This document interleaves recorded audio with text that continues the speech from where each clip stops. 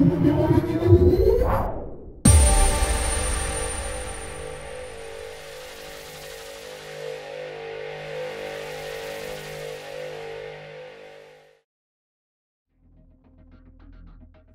all started when? It all started when?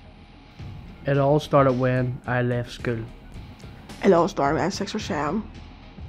It all started when I was 18. It all started when I was growing up in primary school. It all started when I was 13, taking drugs. It all started with me when I was 15. First time that I ever had depression. It all started for me when I was 16, when I was involved in ratting. It all started for me when I was 9 years old, when I got took into care. It all started for me when I was in secondary school. It all started for me 2 years ago when a man entered my house with a gun.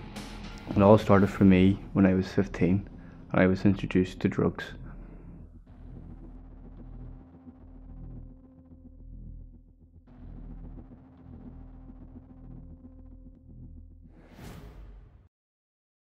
It all started when I was 15 and first was dealt with depression. I didn't know what it was at the start because I've had a happy childhood, and for me when I thought of depression it was oh, you had to have something in your life to stumble off into that, but I didn't have any of that. I was always a bubbly and outgoing kid, and then just when I started getting older and you get that wee voice in your head, that wee self-doubt, and felt like I was starting to sink after a while, and any time I was trying to swim up I was just drowning myself or pulling myself back down. Was working from 12 to 9, was coming home, wasn't doing anything, just sitting in my room, just a lot of lost self-motivation, and was depressed because the job was so hard and I was losing everything I had, my family, my friends, everything, and I didn't know what to do, and this has gone on for 2 years. The hardest thing was the depression I felt. All I ever had was negative thoughts. It was never positive.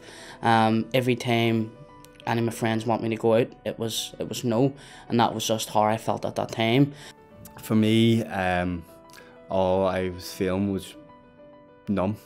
So the colours to describe that would be black and red. I was angry at myself for no strange apparent reason. I didn't know why. My routine back then every day was I would have got up, went to school, skipped class if I didn't like a class. If it was history or anything, if I didn't want to do it, I would have skipped it, and I would have went out and I would have smoked joints with a couple of friends. My routine every day was sitting in my room, listening to Eminem, going over and over his rhymes and trying to create my own rhymes, and thinking of ways to kill myself. I used to think of it in my head or draw it on paper. The day before my birthday, I went to bed and I woke up buzzing that it was my birthday, thinking I was going to go out and enjoy myself, and then it didn't happen. I got there and my dad, as soon as I woke up, first thing I woke up by my dad and needed to go to the hospital or something wrong. And then I knew there was something wrong because the taxi driver was actually going by 2 times the speed limit. Just because he was a family friend, he knew how important it was to get there, and literally as I got through the door, I was told my mad died, and after that there, everything just went downhill. Come home, it just went mad. Was living with my mum and my little brother. I started having really bad outbursts of anger. My mum couldn't control it, I couldn't control it. Doctors couldn't control it, so the only other option was for either my little brother to be taken into care by social services or for me to leave home. So the choice was for me to leave home. So since 18, I've been living in families' houses, on sofas, out in the park and in forests. I live in hell. It all started when I was 5 years of age and my mummy had passed away due to being unwell. When this happened and I was a child, I didn't really understand it, and nobody really explained to me what was going on, so I felt lost. I was really confused and I was scared because I didn't understand, and I just wanted her to come home. And basically when I was younger, and all that I was told was she was never coming home again, and for me that was something really, really hard to process because every child needs their mummy. and it was like I didn't get to make a bond with her. I didn't get to make memories. I didn't get to say goodbye. So it was like I was left with a hole and I could never fill it again. Like when you are going out to seek help, it's like you're getting all these doors slammed in your face, like you're going from one place to the other, and it's like, here's a leaflet, oh, do you want some medication to numb that pain, instead of actually sorting out what is that pain. Like, it's disgraceful, do you know what I mean? Like, people are given like 5 to 6 weeks waiting time when they have this bomb in their hands that are about to go off at any minute, and it's not until someone tries to actually act on how they're feeling that they're like, whoa, here, do you know what, maybe we should take this a wee bit seriously, because maybe Tom, Dick and Harry aren't going to be here tomorrow, because like even though they've cried out for help so many times and it's just getting the same thing over and over again, like it's not taken seriously at all. Like, we're going through an epidemic at the moment in our society and it needs to be dealt with properly. I attempted suicide, and that night I was brought into flat 10, which is a mental hospital, and whenever I went in, I says, I don't want to be here no more, I'm literally going to kill myself. And alright, someone I see told to wait in the waiting room. 4 hours later, nurse comes out, hands you a leaflet to read.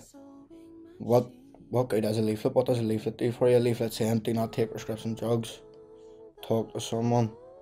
I mean, you're prescribed me the prescription drugs, talking to someone. I mean, you feel that low, you don't even want to talk at all, never mind talk to someone. I mean, all you want, you're just focused on ending your life. You do not want to be here no more. Not everyone can talk one-on-one to someone and get the help they need. Sometimes they need to have that wee like outlet to get them where they need to go. Like, I would recommend more support for youth workers as well, because they're doing so much other jobs bar than youth work. Like, there are counsellors and therapists and psychiatrists in their own wee ways. Like, we need more funding into these institutions, or else our mental health is just going to deteriorate, for the fact that there's been like 4,000 deaths, 4,000 suicides from like after the Troubles ended, like after the ceasefire, because of the way our society is today. Like, that's not on, like, it's disgusting. I thought like I would never get back on my 2 feet, and when the time came and I did see my counsellor, and I went, and it was just a brief session, and she had basically asked me like how it all started, about my background, about my history, about me, and I had explained everything to her. And what she had done was handed me a prescription and told me to come back in 2 months' time. And if my medication hadn't helped me in any way, they would try me with different medication and make it a stronger dosage. And for me, that set me back like 10 steps, even more than what I was.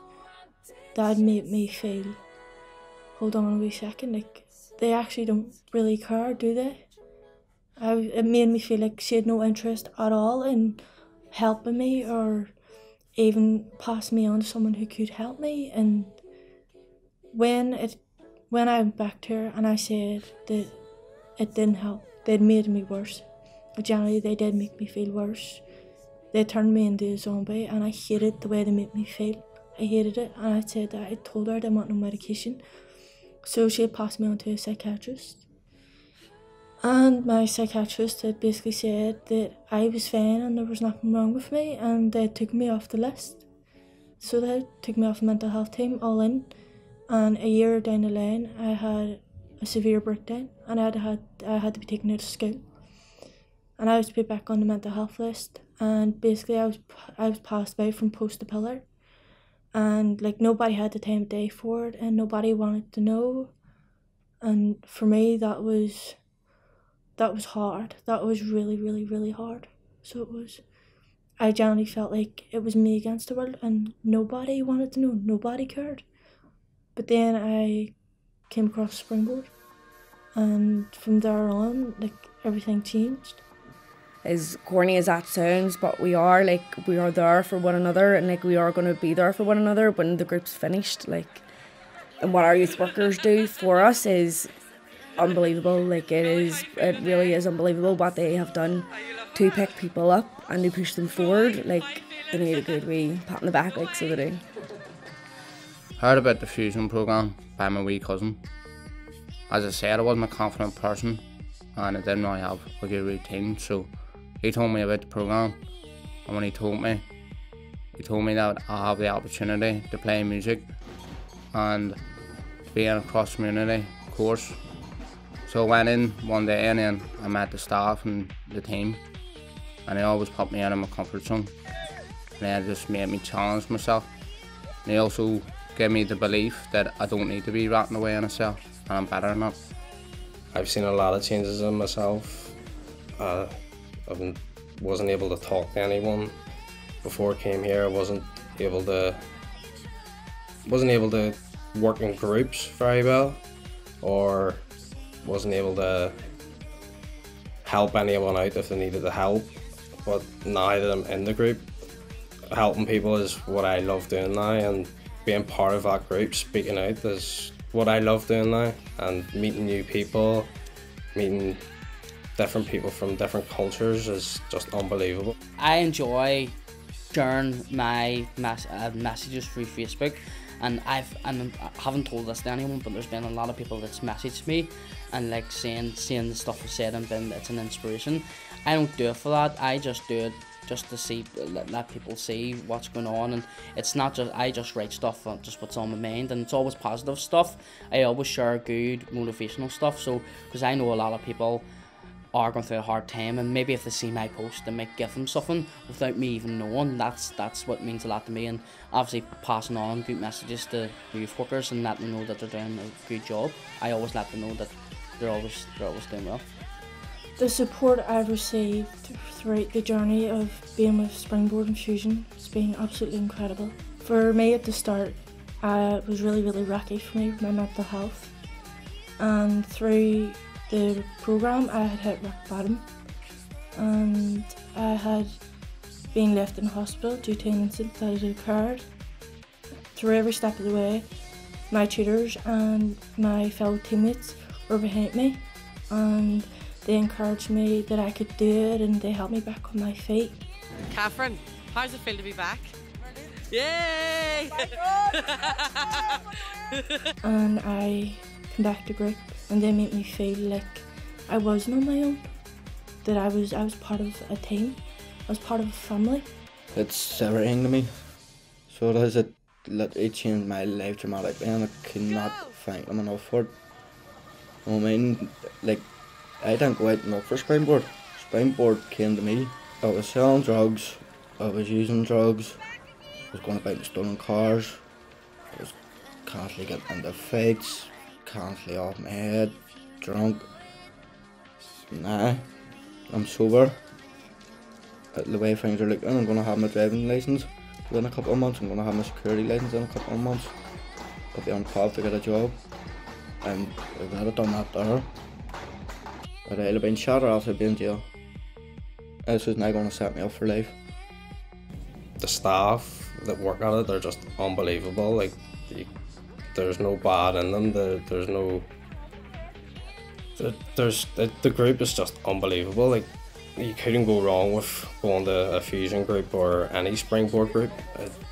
Just help you out so much with so many different things, with your mental health, even if you're depressed, you feel like you're lonely, you've no one there, they're there for you, they're there to talk to, they're there to help. How's the Fusion programme going? Amazing. And what's it doing for you? Changing my life. In what way? In every way. In every way? For the better? Yeah. And are you going to stick to it the next 5 months? Yeah. 4 months? 100%. It's helped me get off most of the drugs that I was addicted to. It's helped me be a lot happier with myself and my parents and what I'm doing, and it's also helped me come to terms with my mummy's death, because I have people to talk to about it. From being on Fusion, I can see myself being a youth worker, helping bully victims, and young offenders, helping my community as best as I can, and just hopefully changing people's lives for the better. I've seen quite a lot of changes since I've started Fusion Group. Basically, like, they've given me motivation, they've given me a focus, I'm more determined, and it's made me stronger. It's given me a positive outlook on life. If you love your music, if you fit more into the lyrics than you do into life, come and do it. You're not going to be the person who's stepping out of a boat and being the only person walking on the water. You're going to be surrounded with 20 other individuals who are in the exact same boat, taking a step out of that boat to walk on the water with you, hand in hand, arm in arm, shoulder to shoulder. So do it.